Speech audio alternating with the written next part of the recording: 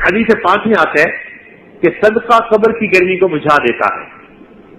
دوسری روایت میں آتا ہے کہ مومن قیامت کے دن اپنے صدقے کے سائے میں ہوگا. ایک روایت میں آتا ہے کہ صدقہ میں 6 باتیں ہیں، 3 باتیں دنیا میں اور 3 باتیں آخرت میں. 3 باتیں دنیا میں تو یہ ہیں کہ مال بڑھتا ہے، گھٹنے کی بجائے صدقہ کرنے سے مال بڑھتا ہے. اور دوسرا یہ کہ اللہ تعالیٰ اس کو دنیا کی مصیبتوں سے بچاتے ہیں.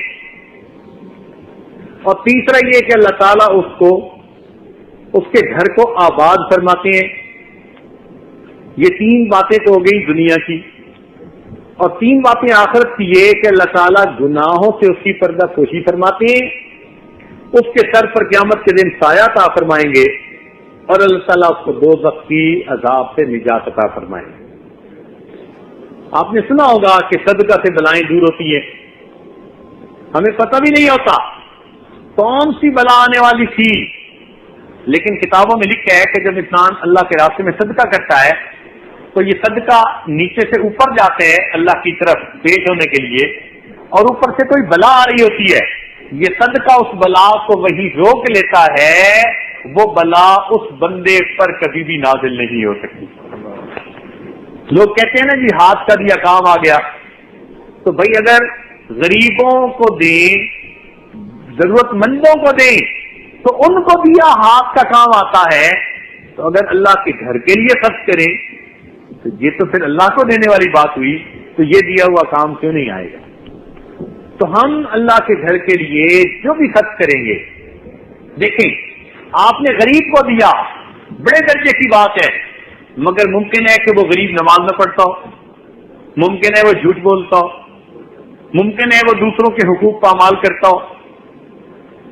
اگرچہ آپ نیک کام کر رہے ہیں، مگر اس نیکی کے ذریعے سے آگے وہ بندہ وہ زندگی نہیں گزار رہا جو گزارنی چاہیے. جبکہ آپ اس کو خرچ کریں گے اللہ کے راستے میں، تو اس سے کیا ہوگا؟ لوگ مسجد میں نماز پڑھیں گے، مسجد کے اندر آ کر قرآن پڑھنا سیکھیں گے، بچے اللہ تعالیٰ کے قرآن کو حفظ کرنا سیکھیں گے. یہ سب عبادتیں ہیں، گناہ کا کوئی پہلو ہی نہیں ہے. تو مسجد میں خرچ کرنا اور جگہوں پر خرچ کرنے پر زیادہ فضیلت رکھتا ہے. اب دیکھیے ہمارے یہاں الحمدللہ جن بچوں نے پچھلے بیچ میں حفظ قرآن مکمل کیا، ان میں سے چند بچوں نے اس سال یہی نیو یارک کی مختلف مسجدوں میں رمضان میں قرآن پاک سنایا.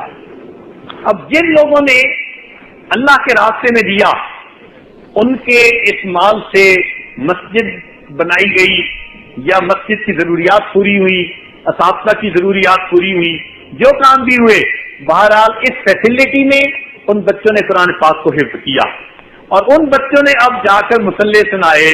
یہ بچے جب تک مصلہ سناتے رہیں گے، ان کا تعاون کرنے والے سب لوگوں کو ان کا اجر ملتا رہے گا. آپ دیکھیے کتنا بڑا اکاؤنٹ کھل گیا. حافظ بچے جب تک قرآن پڑھتے رہیں گے، سناتے رہیں گے، آپ کو اس کا اجر ملے گا.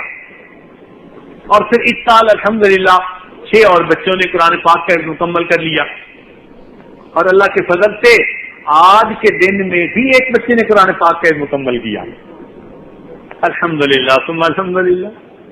تو یہ تو یوں سمجھیے کہ جیسے ایک درخت ہوتا ہے نا کہ اس سے اوپر سے آدمی فروٹ اتارتا رہتا ہے، تو اس درخت کو جو پانی دیتا ہے اس کو اس کا اجر ملتا ہے. اسی طرح یہ ایک شجر اللہ نے لگوا دیا، جو لوگ اسے پانی دیتے رہیں گے وہ فروٹ ان کو ملتا رہے گا، اس کا اجر ملتا رہے گا قیامت کے دن.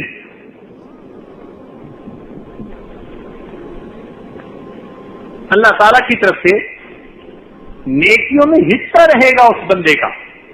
چنانچہ کتنے بچے یہاں پر سنڈے اسکول میں پڑھنے آتے ہیں، یا ماہانہ مجالس وعظ و نصیحت جو منعقد ہوتی ہیں، کتنے لوگ اس میں آتے ہیں اور اللہ تعالیٰ ان کو توبہ سے، گناہوں سے توبہ کرنے کی توفیق عطا فرماتے ہیں. اب ان کی توبہ کا جتنا ثواب ہے وہ سب ان لوگوں میں بھی تقسیم ہوگا جنہوں نے اس ادارے کے ساتھ تعاون کیا ہوگا. ادارے تو بہت بنتے ہیں، آپ نے دیکھا ہوگا کئی جگہوں پر مساجد بنی ہوئی ہیں، اسلامک سینٹرز بنے ہوئے ہیں، لیکن وہاں پر 5 وقت کی نماز میں چند بندے بھی نہیں ہوتے. ہم نے تو بعض ایسے سینٹر دیکھے کہ جو صرف اتوار کے دن ہی آباد ہوتے ہیں, آگے پیچھے ایک بندہ بھی نہیں ہوتا. مجھے کئی ایسی مسجدوں میں جانے کا موقع ملا, کہتے جی فرصت ہی نہیں ہے. میری فریاد سن لے میرے مولا, بنا لے اپنا بندہ دل بدل دے.